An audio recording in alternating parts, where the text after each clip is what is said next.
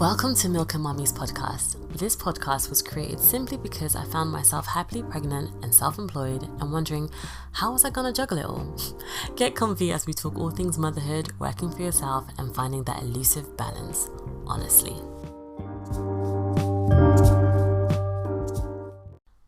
Well, hello. Hello. Hi. Hello. This is so funny. It's odd. I've done many a podcast, but for some reason, this one, I don't know how to start it. I don't know what to say, but hi guys.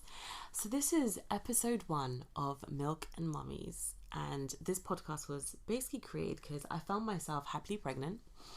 But I'm obviously a creative. I'm self-employed. I work for myself, etc., etc. And it became a case of, okay, this is real. How am I going to manage this? How am I going to balance this? And fast forward a year later or so, we're living life, going through the motions, going with the challenges, the pros, the cons, everything. And I got inspired to create just a pod to kind of have a space where women like myself, people like myself who have kids and are in my industry, they have, I guess, a little something to listen to get tips and tricks from, hacks and all the rest of it. And I have decided to grab my friend Brie, who is here with me. Hello. Brie, tell us a bit about yourself. Okay, so I'm Brie. I'm a mum of 3, and my youngest is 8 months. I actually... Who you might hear, by the way, he's here in the background. He's having a jiggle right now. Exactly, he's playing with Hasina's toys. I'm a content designer, that's my profession. And as I said, I've got 3 kids. So I found out I was pregnant with my 3rd, actually, when we met up. Yeah, so, for my baby shower. That was it. No, it was before then. Yeah. So we went out for crazy. So we went out for a brunch, and I was a few days late, but I just wanted to hear all about you and your pregnancy. I was just like, I was so excited. Honestly, when you told me, I can't even tell you. Oh my gosh, yeah. I think I'd come back from Belfast from filming something. Yeah. And that was the first opportunity that we had to meet up. Yeah. I was so excited when you told me. I couldn't even. I didn't know how. I was gonna burst. And so I was so happy to see you. We went out to eat, and I was a few days late, but I was a few days late the month before, so I just didn't think anything of it. Did you think it was you were pregnant? No. Okay. Literally not at all. Yeah. So I didn't think anything of it, and even after that, I didn't test it. It must have been almost 2 weeks before I was just like, let me just check. Just in case. Yeah, but I was going to book a GP appointment, and I thought the doctor's probably going to ask if I've done a test, so let me just do that to rule it out, and so that we can just get to the issue. And then I took the test, and I was like, no. Here we go. Oh my God. My mouth hit the floor. It literally hit the floor. And so yeah. And then, you know. And the rest of the thing is history. That's it. The little one is here. He's here. So I've known Brie for years and years and years. I've actually lost track of how long it is that I've known you, but we've always been working creatively, and I think we've always acted as like people to hold each other accountable, or people to run ideas over, or I've got this song, or she's writing this song, or this is going on. So we've always kind of been in each other's lives creatively and obviously non-creatively too. And so for us to sort of enter this space and this phase of motherhood has just been, honestly, it's been amazing to see. It's such a transformative space. And it's wonderful when your friends, your family, your peers are also in that space with you. And as I've said this to you before, this podcast kind of came about because of or after the conversation that we had at that lunch, because I was in that space again, as I said, okay, pregnant, how am I going to manage this space? What am I going to do? The things that I get up to, whether it's acting or writing or music, how am I going to manage this thing? And I also tried to think about things that I could do with the child. What can I do that is still creative, still allows me to work, and still have that sort of freedom and enjoyment with how I work, I guess. And a podcast was kind of floating around in my head for a little while, and then I was like, no, I'm going to get it done. And then we just literally, it came together through a conversation that we had. So you definitely had to be the first guest that I had on. So here you are. So that means you're basically like the blueprint. I'm going to have all my mistakes and all my stuff with you. So just deal. All good. All good. Yeah, man. So I wanted to ask you, what did you do before motherhood? Obviously, I know you've got 3 little ones. So taking it back, what was life like before your little ones, and how did you imagine life to be with kids? Okay, so before the let's not even get into what he's trying to do right now. before kids, all right, so I was, and I still am, very career focused. Okay. So where do I start? I mean, I spent about a decade in legal publishing, and then I moved on to copywriting and other types of content writing, and then I got into UX. Yeah. And UX, and then was that? User experience. Yeah, I thought so. Yeah, so UX writing. I started doing that for some tech startups, some major tech companies as well. Yeah. And then here I am now. But I've always done stuff on the side. So, we were doing music together. Yeah. For many years. And then I began my own business and had some highs and lows and had to close that. And so I've always tried to do things on the side, mainly because I do have a passion for business and I enjoy the ownership of it. And so I'm always working on stuff on the side. So that was my life, really, like just working a lot, working on different business ideas. And we were married for about 4 years before we had kids. So we were just enjoying married life, just enjoying us too. But like in that time, obviously, you're married, you knew you wanted to have kids and like when that was going to happen. But how did you think that was going to, what that was going to be like, considering how you work as a person who works for yourself? Yeah. Like, did you think or forward plan on any potential obstacles, or did you think of anything like that, or you just knew it was going to fit? It was just going to fit. I mean, I'll be honest, I think I was just blissfully ignorant. I just didn't even think about it. I was just like, we'll have kids, and I didn't think it was going to change much. And if I'm honest, with our first kid, I don't think it changed a huge amount. Like, I think for me, motherhood did, it was a challenge in that everything was new, but in terms of my career and things that I was doing, I was still getting on with them. And so, I didn't really have an idea of what I thought it would be. Okay. In terms of how motherhood fit into the rest of my life. What I didn't think about was the challenges of just being a mother in itself. Just being a mum. Yeah, I think I envisage a lot of people saying that. You want to do this if you're someone who's like, I want to be a mum. You can think and plan of all kinds of stuff, but the actual reality of the day-to-day of what that really entails, I think you don't really think about much until you're in it, and then you're like, okay, this is day 1 or this is day 70. Wait, what day is it? Exactly. I feel like that's what it is. I don't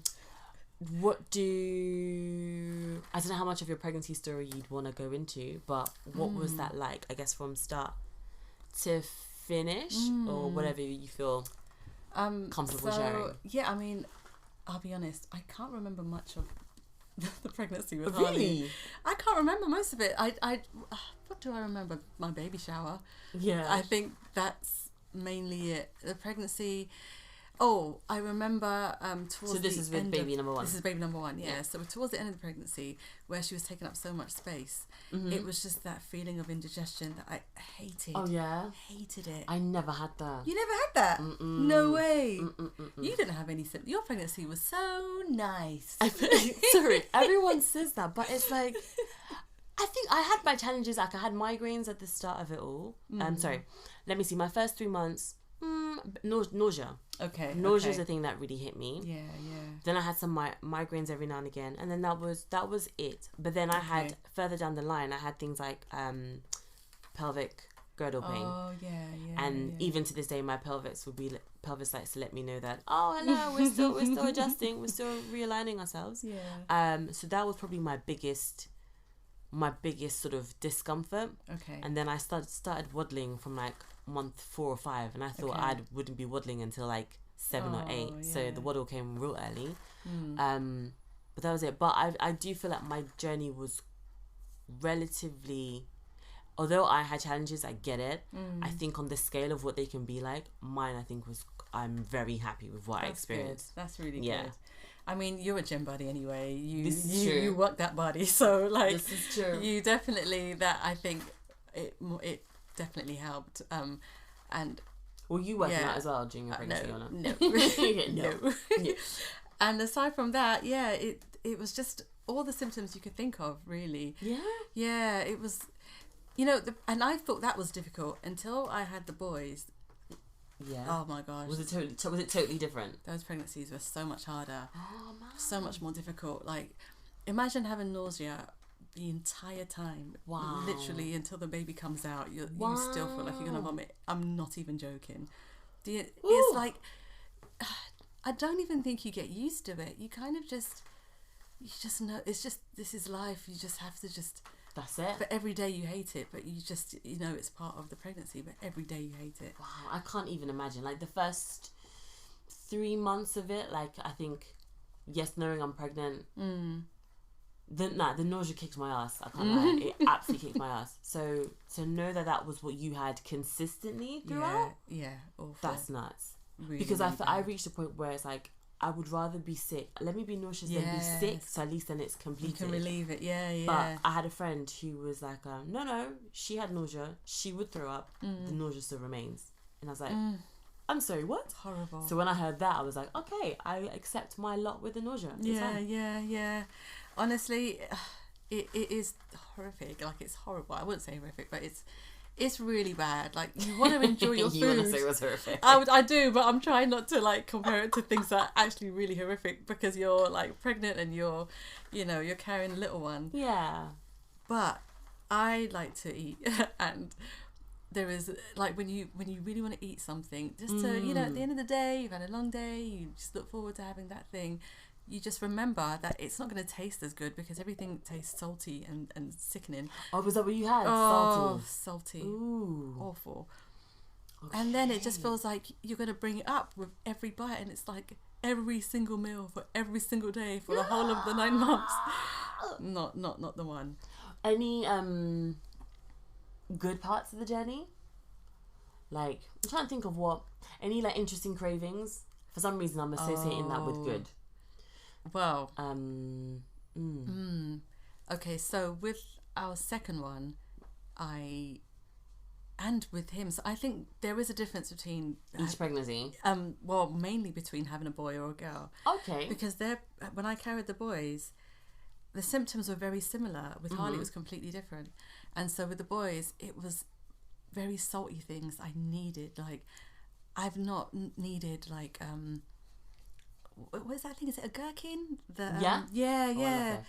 I don't like them at all. Oh, really? But I needed it badly. I was just like, this I need it. Just someone find it. Like, we went to like I can't remember which burger shop it was, and everybody was ordering burgers, and I was just like, I'll just have like a container of gherkins, please. Really? That's all I had. That's cute. Oh my gosh, it was just desperation, and I had a really weird thing, and I kind of Googled it, but it was like, I needed to eat flour. I know it sounds bizarre. Have you heard of this before? No.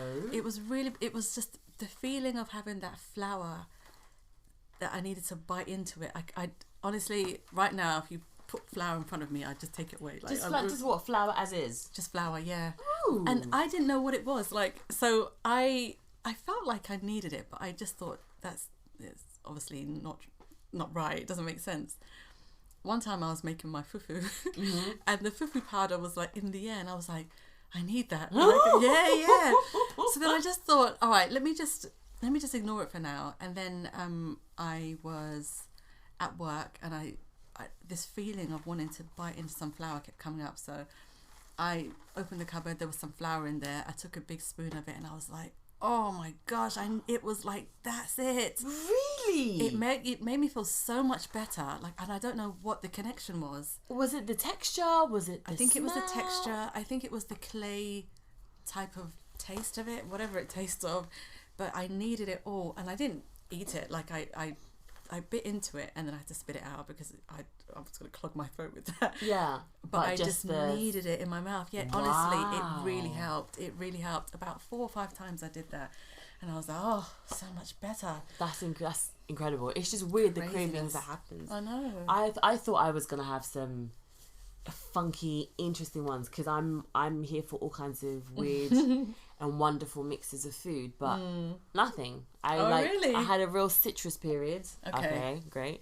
I went off meat, and I'm a massive carnivore, so I was vegan for a big chunk of the pregnancy, but then there were times when I would make myself eat some kind of beef or some kind of this just to get the vitamins and stuff. I know obviously you're taking your multivitamins as well, but sometimes I just try to get what I can from food.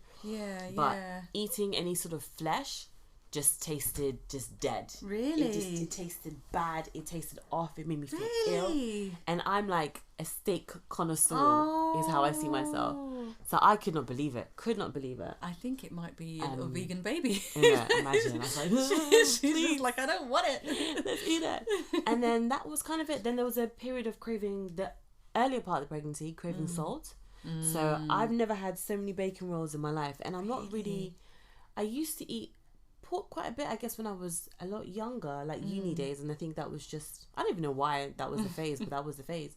Then once that was over, I haven't eaten pork. Then when I felt pregnant, it was like, oh my gosh, bacon roll. But I think again it might have been the salt from the meat.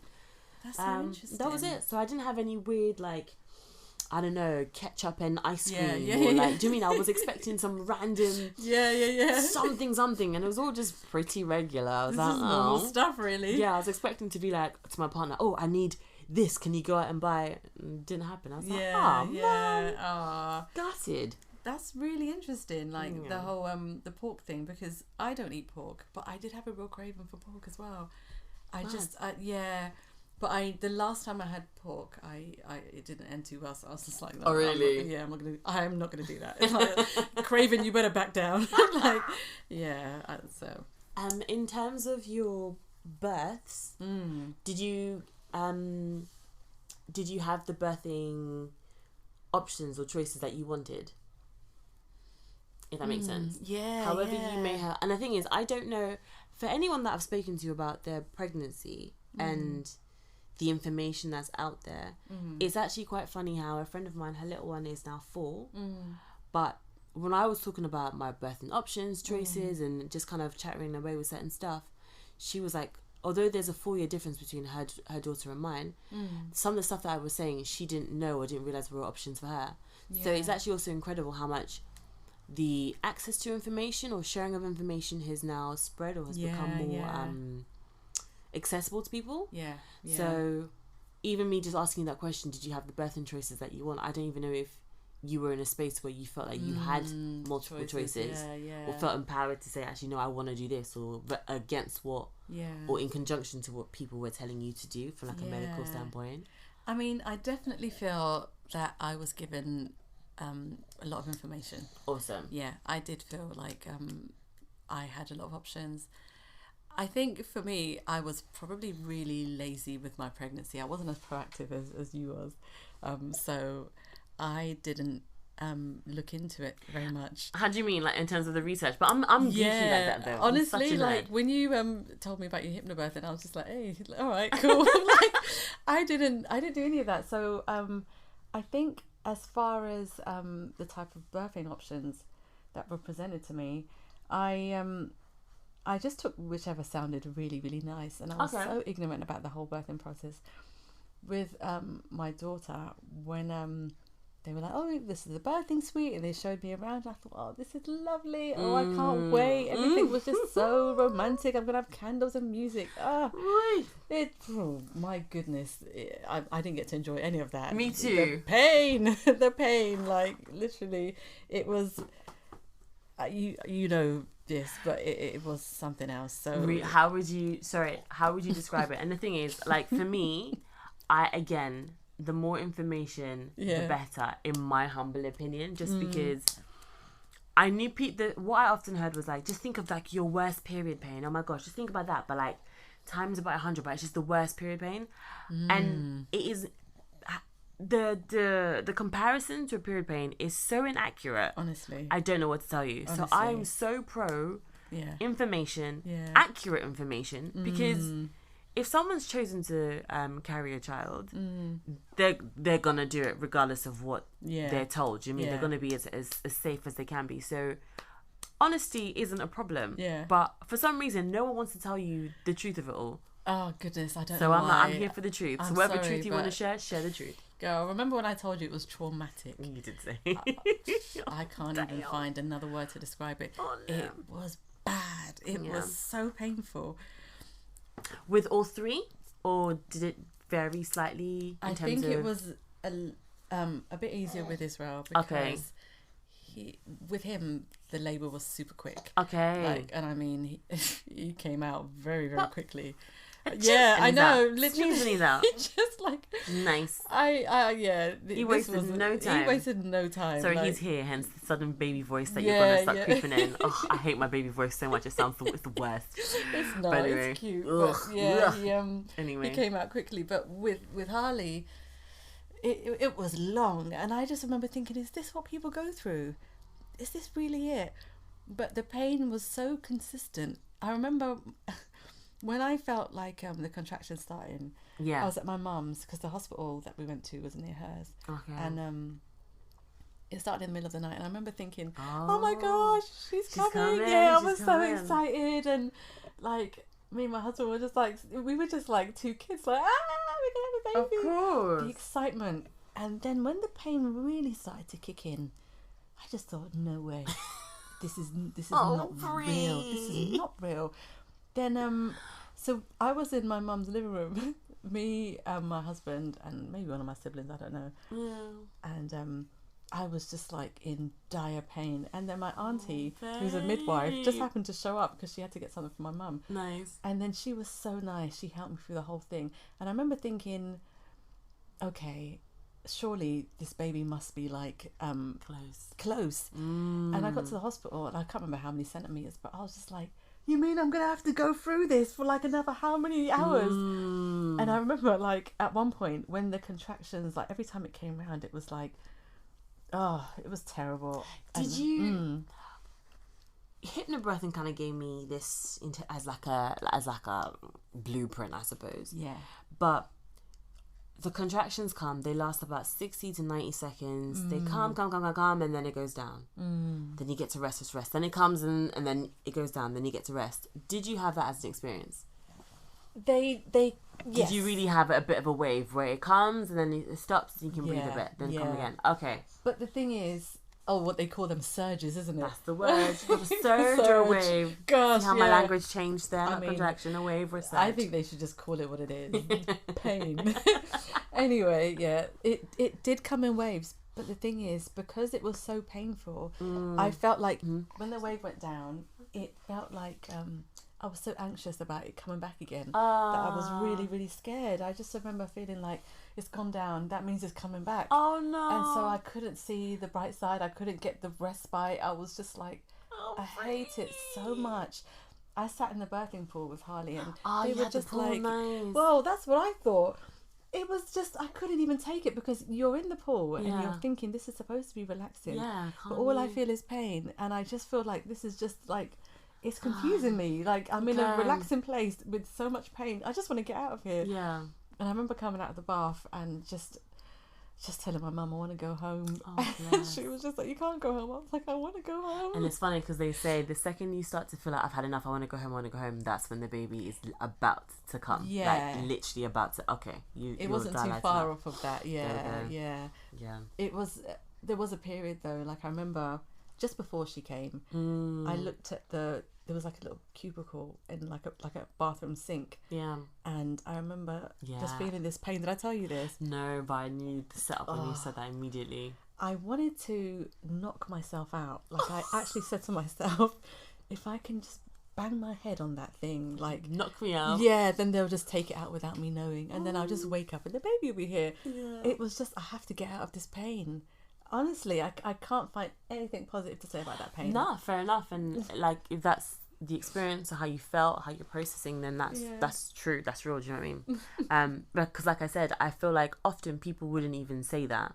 Be like, oh yeah, it was painful. Like they'll brush over it, not to put the other person off. Oh yeah. Whereas I think if you are told the truth about the scenario, like at least you can think about how you want to manage your pain, or what options you might want to take, or in terms of pain relief, or things that you can do that would actually work for you, knowing what your pain threshold is like, and also what it could be like when it's in a heightened space. So I think that's really honest, and that's what it was. So in terms of my next question, or my next thought to you was more like, what was the most vivid memory of childbirth? But I feel like pain might be the word that comes pain out. is it really. Pain is the memory. But like, I mean, there were moments throughout it with maybe more so Harley, because that was our first, that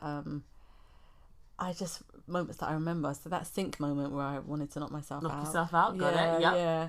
And then my mum, bless her, she was singing all this worship music that would usually make me feel really calm. Yeah. And I just remember thinking, just please stop singing. Like, everything felt really heightened, really intense. It felt like everything was just too much. So sadly, and I actually said, please, like, do you mind not singing? Like, I just didn't want anything. I just wanted the pain to stop. I love how you're still so polite in that moment. I think I was definitely... Oh my gosh, that's funny. I'm trying to think of what I was like. I was definitely swearing. Actually, no. No, I think it was more like I was swearing in my dialogue, rather than get this fucking out, or nothing. It was nothing like that at all. But it was more like, if I'm speaking, there was definitely more swear words in my language. Okay. I hear you. Yeah. And how long were you in labour for each one, if you remember? Yeah. So with Harley, my contractions started at 1 a.m. and I gave birth to her at 6:25 the same day. PM. PM. Oh wow. Okay. PM. Okay. So with Abel, our second one, he was 2 weeks and 2 days overdue. Okay. So I was induced, and so when I was induced, he still took a really long time to come out. Like, he weren't trying to move. I actually think he would have come in February, not in January. Oh yeah, if he wanted to. Yeah, I get it. With the induction, were you expecting it to be quite a quick?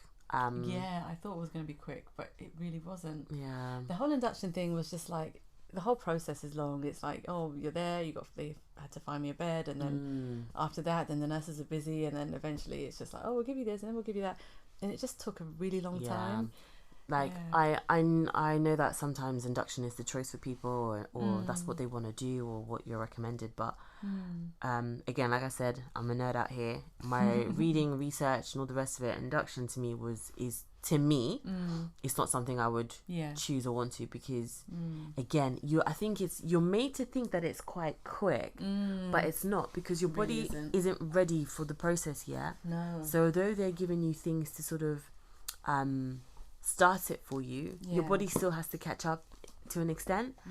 And then that can still take a couple of days. I know for some people it can kind of start the process immediately and off they go. I don't know how often or how rare that is, but induction sounded long. So it's just like, well, let me not make this any longer than it needs to be. Let my body just do what it can. It is long. When it can. Because it's like, depending on what you choose to try and for them to kind of get through the membrane, then obviously your body producing all the oxytocin that it needs, or if it doesn't produce oxytocin, then you receive something else to get that, you receive a synthesized version of that, then your body has to start to prep. And it's just like, it's almost like once an intervention is like starts, or like if something invasive starts, I feel like it has to kind of continue down that path, because your body needs the help and the prompt to get you where you need to get to. So the whole way through, you're having some kind of intervention. There's some kind of invasive happening the whole way. So then to me, it kind of takes away from this notion of letting you be and letting your body kind of just start the process and kind of get you through. So I think it's tough. I know sometimes it's the only option, but It is tough, man. Well, that's the thing, is it? And it's something that my aunt has said, that, you know, some people, they just, you know, they outright, in her experience, just refuse the induction, and, you know, the baby eventually comes out, and you know, sometimes the baby's skin might be dry or whatnot, but the baby does come out. And but I feel like the midwives tend to make you feel like, you know, if you're not induced, then it could increase the risk of X, Y, and Z. Yeah, I had that. And so with all of those things, with knowing all of those things, you're just like, all right, cool. Yeah. It was tricky because I was diagnosed with, oh my gosh, gestational diabetes at like week 37 or something, or week 35. And I'm like, that's right at the very end of your pregnancy. And I was like, oh my gosh, okay, fine. And so I was told, oh, I need an induction. And I said to my partner, I'm definitely, absolutely not having an induction. Yeah. In the consultation, though, I ended up picking a date because it was almost like you can't leave here until you pick a date. I could have stuck to my guns, but I did feel talked. I got talked into it, basically. Yeah. And the head of the midwifery team was there, and I actually thought she would probably interject to kind of go against what the obstetrician was saying, but she didn't. And it was kind of like, you know what, you can book it in, and if you want to cancel it, you can. So I left the space. I sat in the car with my partner, and I was like, did I just get talked into something? He was like, well, yeah, because you said you didn't want to do this. You were so sure, and you've had this 10-15 minute conversation, or however long it was, and now you've booked in a date. So I was like, okay. So we talked it through, and then we spent the next like 2 weeks or so, bless you, little man, we spent like the next couple of weeks or so trying to cancel this appointment because they did not want us to cancel. Really? And when I say to you, the initial conversation was very much, well, you know, gestational diabetes, your baby might get too big, it might get stuck, and if the shoulders get stuck, then we might have to break their shoulders or collarbone for it to come out, or break a part of you. Joking? Like, I had everything. Then when we were trying to cancel it, I had a dietitian. I had an appointment with a dietitian, and he was like, and I said to him, we wanted to get this cancelled, so can we speak to someone? Yeah. Are you sure? Because now you're running the risk of your baby dying. Oh, Are you prepared to take that gamble? And I was like, it was also really weird because you have to sit there and stand in your choice and be like, yes, I am, which is what I had to do. But it was also like, I've just spoken against or spoken back to a doctor who technically knows more than me in this space, and I'm saying this is what I'm gonna do. I'm choosing what my body's gonna do. It's very empowering. It's also very scary because they're people that you don't really say no to because they know what's right and what's wrong, or at least that's how we've been conditioned to think. And so to hear people try and give you these stats, but when you take a step away, and it took my partner kind of saying this to me as well, the statistics that they're giving you are like 1 in a gajillion. Okay, gajillion is not the right number, but it's so small. It doesn't mean that it doesn't happen, but it's just, I mean, you're pretty, in my experience, it's like I felt comfortable to make the choices that I did, and it's so annoying because I really wanted to have the stats to hand. But it's low risk. It's very low risk, isn't it? I know, but I think with every decision, let it be your choice, and make sure you've done the research and you're content with what you're gonna do. But induction was just not for me at all. And lo and behold, my waters broke at 6 a.m. and by 10:15 my little one was here. So that was super quick, super intense. And anything in terms of, as in, you know, with hypnobirthing, you know, like the lights and the candles and your affirmations and you know, to kind of enter this whole space peacefully and all the rest of it, I think at best I had affirmations worked for me. Okay, good. So I knew what my mantra was to kind of get me through. But aside from that, the waves, contractions, and surges, I didn't feel like I had a break. It felt constant, but then it was because of the speed of my my labor and delivery, because she came so quickly. I didn't really feel like I had that respite that people had. That's why I was asking, like, do you feel like you had a bit of a break between each each surge? So it was just consistent. It felt like it. So it kind of like it would happen, it would die down, and I feel like I'm just about to start to recover from the intensity of the feeling, and then before I know it, another one's come. Wow. And then it's just about starting to go down, and then another one's come. Ooh. So it was really intense. Yeah. Mad intense. Oh, you soldier. Woo! Woo! Man, it was nuts. I'm just like, Yeah, holding my breath as you're speaking. It was phenomenal. Like, it was incredible to feel her coming down the birth canal. Like, I could feel her head coming down a bit, then going back up, coming down, going back up. So that was incredible to feel, and I really wanted to be as present as I could to everything that was happening. The pain was the pain is real. I describe childbirth as being on fire. If you've ever been burnt by a candle, that to me is what it felt like. All over. Yeah. Really? But like, you can't escape it. You have to go through it. You can't run from it. So when you're saying, when you wanted it to stop, you wanted to go. I had a moment where I felt like I need this to stop. Or how am I going to get out of this? And you can't. So I definitely felt I had that sense of like, okay, I need this to stop. But the all-consuming, it does, to me, it felt all-consuming, the pain of it all. But it was like, I know that my body can handle it. I one of my mantras, my body can handle it. And also basically I'm not gonna endure any more than I can handle. So I knew that I could do this, and I knew that it'd be fine, and I know that I've created a baby that my body can birth. Let's go.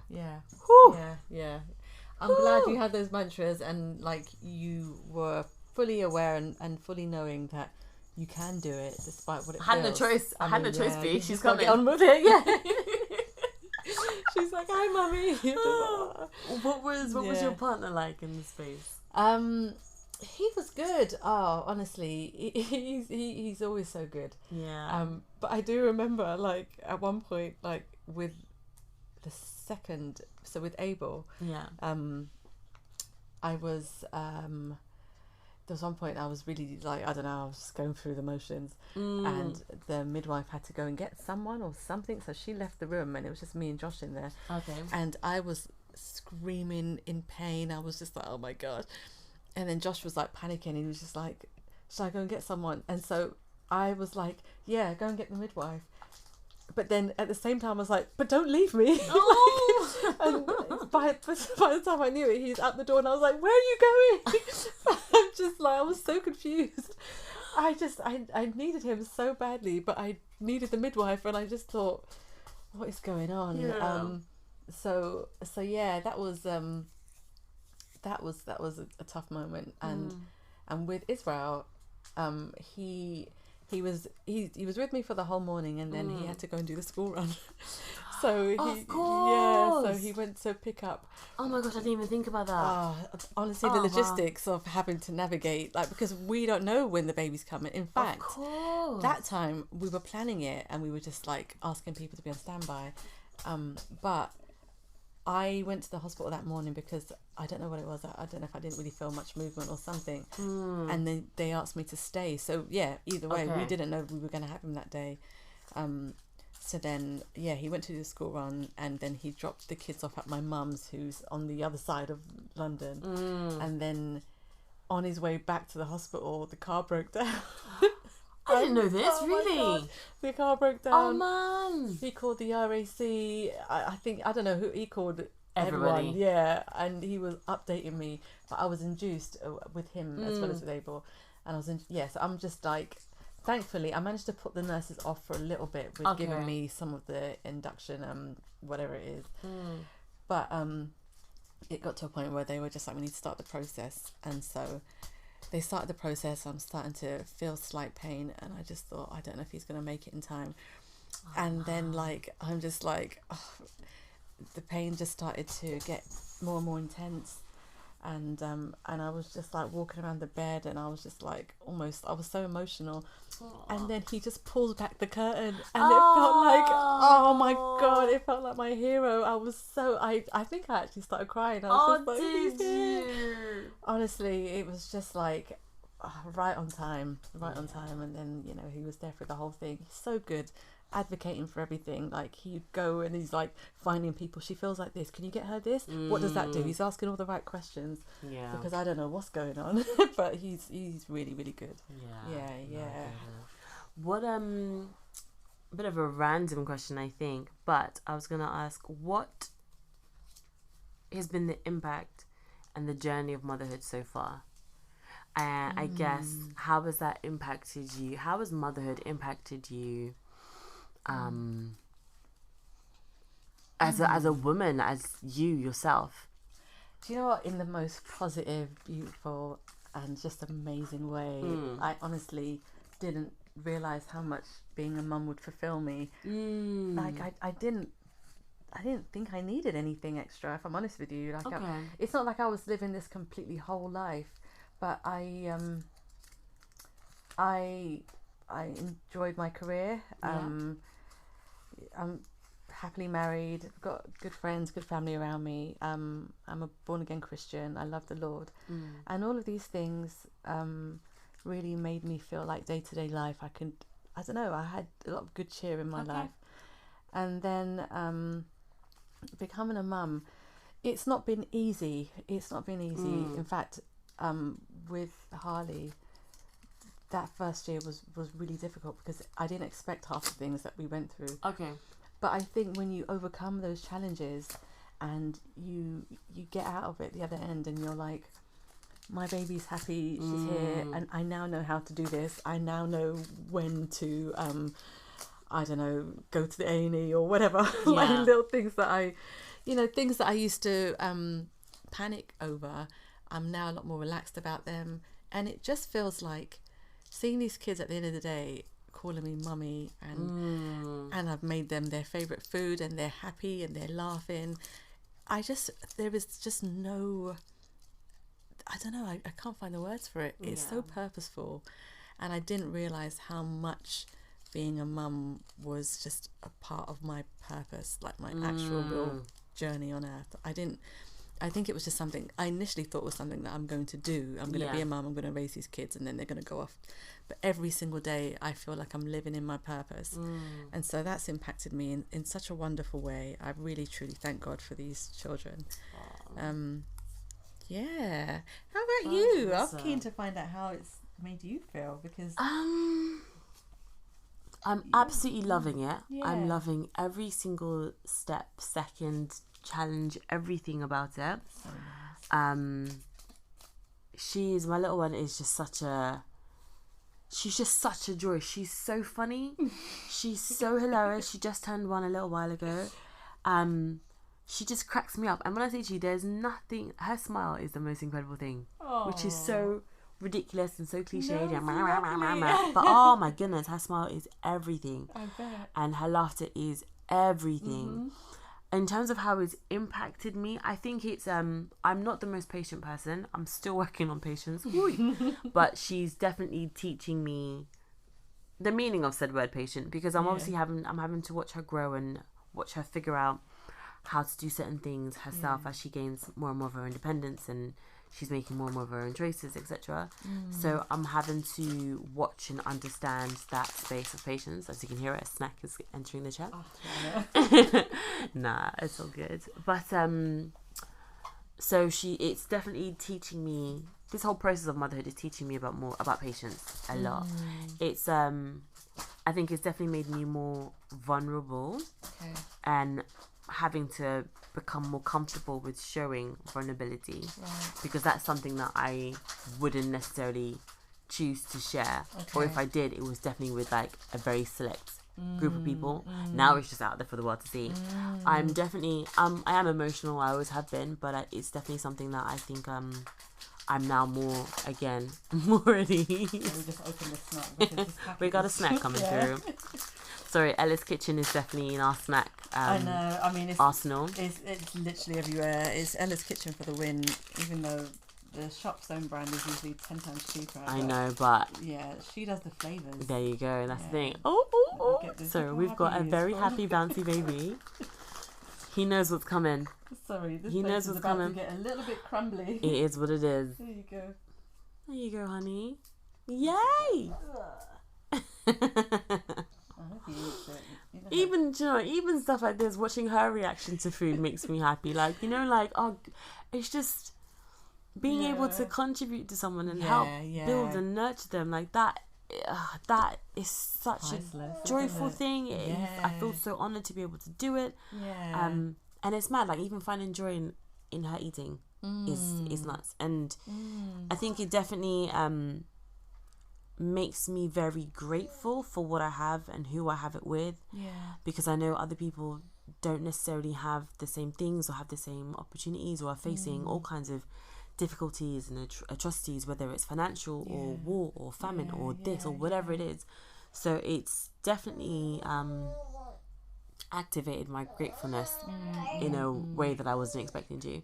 I'm definitely someone who tries to count my blessings every day, or I take a moment to focus on gratitude a lot and really take stock of what I have.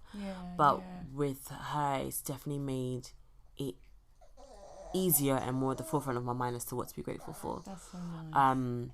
So I guess that's how it's kind of impacted me on a personal level. I think it's just made me more outwardly softer, if that makes sense. Okay. And I never would have described myself as someone who's particularly like hard all the time, but I'm very much keep it moving. I'm very much about the next thing. I'm very proactive. Go.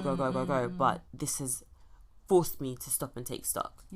Because I struggled to do that before. So that's how it's kind of really changed me. Or at least that's what's come to me for now. That's wonderful. Yeah, so that was unexpected, I guess. But I welcome it so much. That is so nice, because it's funny how having a child just unlocks another side of you. You know, that side of that real depth of gratitude, you know, that calmness, that vulnerability, all of these things that are all a part of you. And she's just unlocked that door. You know, are we enjoying our snack? Half of it is here. Always the way. You know, I'm just glad he didn't take it in his fingers and do that. You know, that like crumbling it up. So guys, in case you didn't know, baby snacks tend to be quite crumbly. Yes. So before you know it, your car, the car seat, your bag, your top, your dress, your skirt, everything is covered in the flaky goodness of whatever it is that they're having. Everything. You take out a pair of jeans and forget it. Clean, and it's just like, no, forget it. Yeah. It's got everything on it. Or bro, it soon will. That's do you know what? That's been something nobody told me about. Just the sheer amount of laundry that you do. Yes. And the amount of stains that will not come out. Oh, honestly. And the amount of crumbs that want to get everywhere. Everywhere.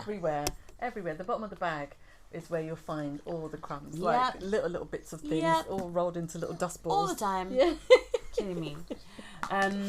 How, with motherhood, I know obviously you have 3 little ones. How has that impacted your work or your process creatively? Oh, that's a good question. You know what? I didn't feel it as much until we had our 3rd. Okay.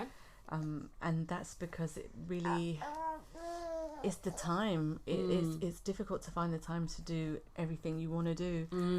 And it's just what you would expect it to be. You're just that much busier. So it's not even just like your the stuff that you want to do like creatively. It's just sending an email. It's just sending a return, like things like that. Because you have so many more things to do. So I think with one, we had like, you know, a few appointments here and there.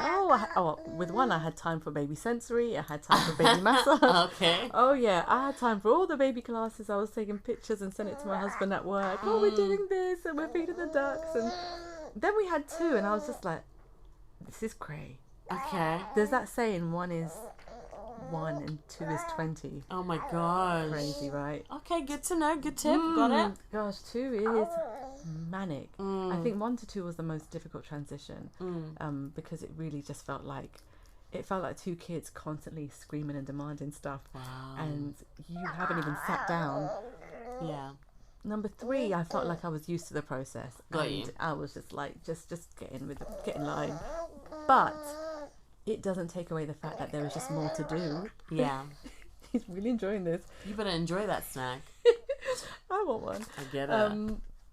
It's just really busy. So I think for me, with things that I have planned and things that I'm working on, it's a lot more scrappy now. Whereas before, I knew that I had calls to make, I had emails to send. When I'm working on a business idea or a plan, I'm building on it every day. Yeah. Now it's like get in when you can. And one of my friends mentioned that she runs her business, and she just said, you just do things as and when. There was just no like linear way of doing it anymore.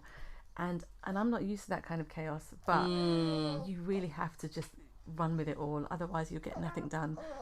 So it's like grabbing, like, you know, the baby in one hand and the car seat in the other, and your coat in one hand and a piece of toast in the other. It's just like that, and then just running down the road. Like, you're just doing that. Like, that's just the way life is right now. So creatively and entrepreneurially,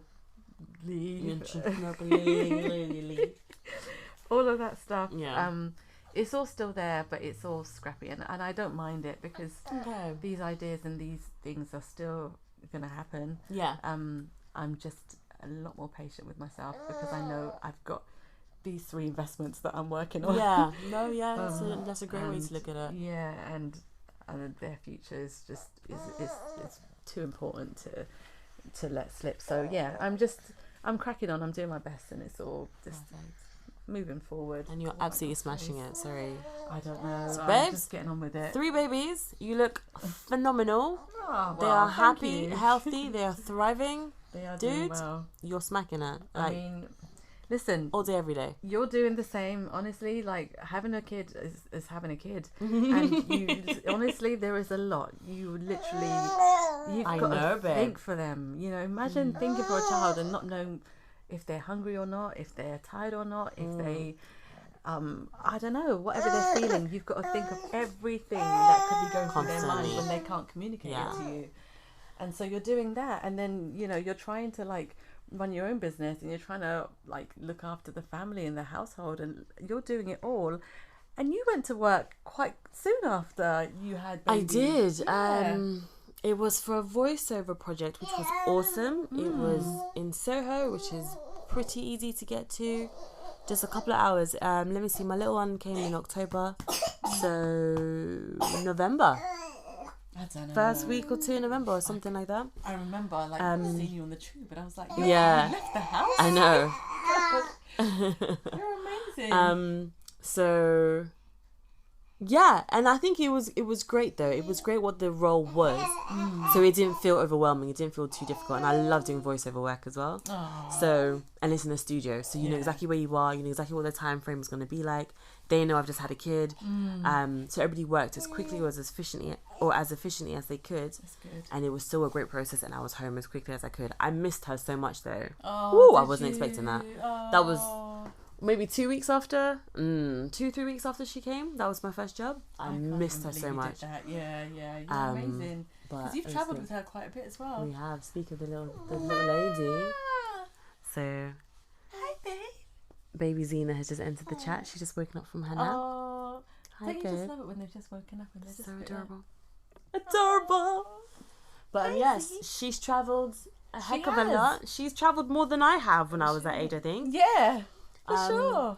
But Princess. we've got another trip towards the end of the year as my partner has a job, and I think, to me, I think that's going to be the real test of travelling with a child, because now she's old enough. Oh, She's that little bit more independent. She's Yeah. that little bit more vocal. okay. I don't know what's going to happen. Because 3 months, 6 months, they're chill. They they play, you hold them, they fall asleep all the time. Yeah, yeah. Nothing.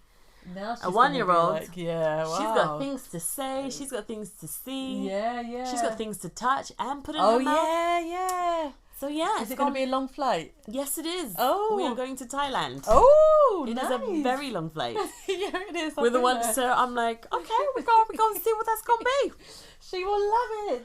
I'm sure she is. It's just more the she hates being strapped down. Okay. Hates the car seat. Oh, the yeah, buggy, yeah, yeah. the buggy's fine because she can see more. It feels like she's Yeah, doing and you're in more. motion, yeah. So I don't know what she's gonna be like on the plane. On the plane, yeah. Let me give him his dummy. Go for it. Oh, actually, no. Snack, maybe. Here's a question for you. Any hacks? Do you have any tips, tricks, or hacks for people? I've got none. Not one. I think you probably do have a few. But Maybe I it's need hard to think on it more. Yeah. Tips, tricks, or hacks? That's a good one. Hi, lady. She's too cute. She's like, what is going I on? know. What's going on here? I went to sleep and I'm awake now. Things have changed. She's like, you guys started without me. Exactly. Yeah, I mean, all right. So all 3 of my kids had colic. Okay. Oh my gosh, awful. What is colic for those who don't quite understand? Yeah, I mean, it's a good question. I still feel like I don't understand what is it. Colic? Yeah, I don't think I completely understand it because there are loads of different colic medicines. Colic is basically when when your child struggles to bring up their own wind and they have a really bad trapped wind, it leads to a lot of griping pain in their tummy. Yeah. And that could make them really uncomfortable. And so I think it's based on that as well as potential, I don't know, like, you know, like with baby milk, some sort of like it being a bit of an irritant, I think, and causing them a lot of flatulence and stuff. So yeah, so there are loads of medicines that can kind of help with colic, and I think the two that helped me were Infocol and Coleaf. Okay. This is not a hack, but to be honest, if I had known this when I had baby number one, it would have saved a lot of sleepless nights. Okay. Because I didn't know what it was. I was like, why is she they're crying like that? uncontrollably right in there, upset it was just uncomfortable. Really, yeah. It was a lot.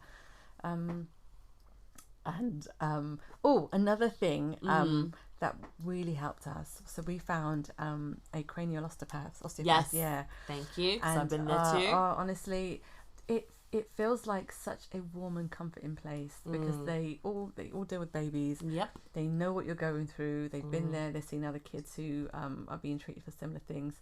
And osteopath, I don't know what they really do, if I'm honest. It's like a range of massage techniques. But they seem to relieve. Is that what? Yeah. Okay. That's how I describe it, I think. Yeah, because sometimes I'm sitting there and I'm like, what are they doing? They just look like they're touching my baby's back, and then it's like, oh, done. I'm like, what did they do? So when they did that, when Zena had the first experience of that, because she had a little bump on her head, and that was due to, I think they said, where she was resting on my pelvis for too long, so she had a little bump there.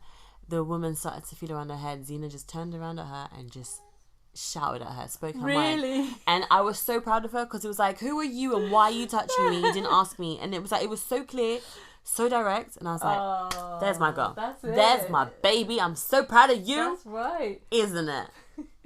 She's like, can you tell that the babies are in the room? Again, the baby voice drives me mental. Oh, you have to speak like the baby voice. Yeah, you'll be doing it for a long time, trust me. But yeah, so I think that was a good find. I don't know how I came across it, but it really helped. If not just for the support, you know, just knowing that there was a place where if you're feeling a little bit stressed or, you know, the things that you don't quite know what to do concerning your little one, they are really there to help support you. So that was huge for me. Oh, she's clapping. Yeah, she's waving. She's waving at Izzy, saying hi, and she's clapping. What new project have you started since becoming a mum? I feel like every new mum starts a new project. I've been writing a book. I know you wrote a book. I was going to say that, yeah. A friend of mine is releasing poetry. Another one wants to write another book. So I feel like every new mum just seems to have a new project that they take on. Yeah, it's so true. It's so random. And I remember actually when it was your baby shower, the book came around and I wrote in the book something about business because I know you love business and you've always got great ideas. And I just thought, this is going to be for you. You are literally going to find something. Oh my goodness. You are going to be like, wow, I've landed, and the ideas and the projects are going to come flowing. Hence the podcast, hence the book that's coming out. Right, exactly. So I think for me, the first thing was my book, and it's just because you see the world through your kids' eyes. Yeah. And so we read a lot at home, and I'm a writer, and I really wanted to give them something. And to be honest, it was one of my childhood dreams to write my own kids' book. I just didn't really, it's like I had this idea and then I just left it for a few years, and then the kids came along and I'm just like, hey, I could actually do this. Yeah. So yeah, that was really, you know, it was a big accomplishment for me, and my kids are super proud of it. Aww. And they take it to school and nursery, and it just makes me feel like, Say the name of the book and what's it about? Super Cameron the Cleanup Kid. Yay! It's about a little boy who wants to change the world. Yeah. It's actually it's loosely based on my godson. His name is Cameron. And he had a school project, and I thought it was just amazing. And he's so intelligent. But I remember myself also in school really wanting to make an impact, and I remember there were times where I felt so powerless, and I really felt like things that were bothering me, it felt like I had no answers to. And so it's just about a little boy who wants to make the world a better place but doesn't know how, because he's a child. He thinks he has to be grown up to make all these decisions. And so she can have one if she wants. Can she? Is she allowed them? I don't think she's seen it. She's more. Z's more. I think she's trying to understand if she can play with him or not. That's all. That's what she's trying to figure out. Well, I was just plonking there. So yes, this little boy wants to change the world, and he's not quite sure how. But on his way to school one day, he notices all these things that are really bothering him, and it's basically all centered around pollution. So he basically goes on a mission to recycle and get his school friends to recycle as well. Nice. And it ends up being a really successful project, and he's just inspired to do more after that. So yeah. Where can people buy this? It's on Amazon. It's available on Amazon. Yeah. Available on Amazon. Get involved. Final question. What's your biggest love or takeaway in motherhood? That's a random question, but what's your biggest? Yeah, dude, I'm gonna stop asking. Go. Figure that one out and then just answer that bit. You know what? I think I don't know. It's such a big and wonderful question. Yeah. I think right. So where do I start? Yeah, I know, because I feel like I'm going to say something and think, no, it's this. Is that? No, it's this. No, it's that. But I think one of the big things for me is my faith. As you know, I'm a Christian. Yeah. And we pray a lot at home. And I tell the kids that they can ask me anything they want. Easy. Hey. The kids can ask me anything, and we talk a lot about God. And now my kids are starting to understand things. Okay. Yeah, and they're starting to understand things, and now they, like the other day, my husband was taking baby number 2 and the eldest, he was taking them to the park, and every time we go to school I always pray for them when we're in the car, and then we go off to school. And so they were just about to leave the house, and my son was like, "Mummy, pray for us." And I just kind of think it's just so amazing to see that they are now just like, they understand. Yeah, they're understanding. Yeah, they're getting it, and they actually want to develop that relationship with God themselves. Yeah. My daughter yesterday asked me to read more of her Bible to her because she wants to understand it a bit more, and I just feel like it's good seeing them make their own way. Yeah.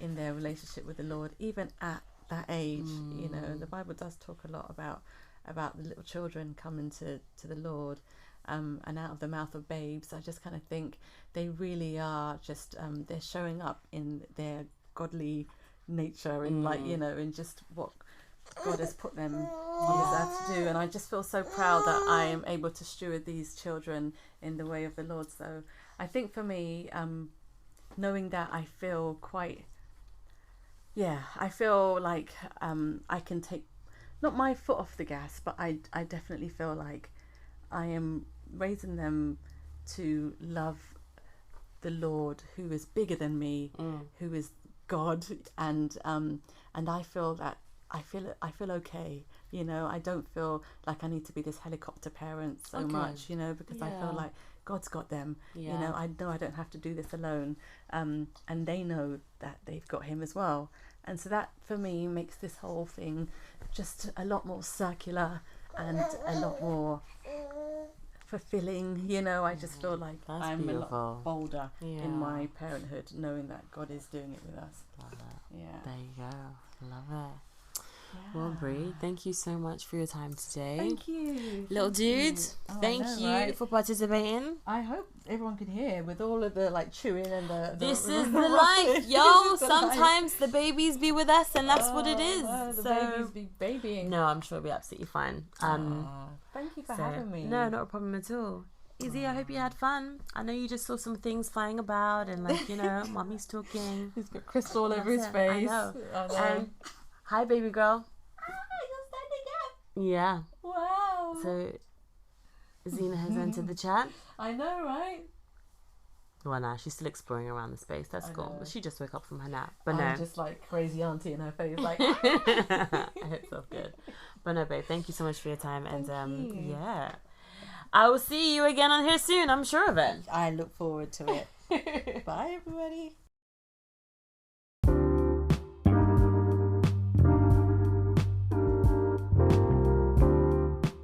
Hey loves, before we sign off, just a quick note to remind you that everything shared on this episode is based on personal research and personal experiences, lived experiences.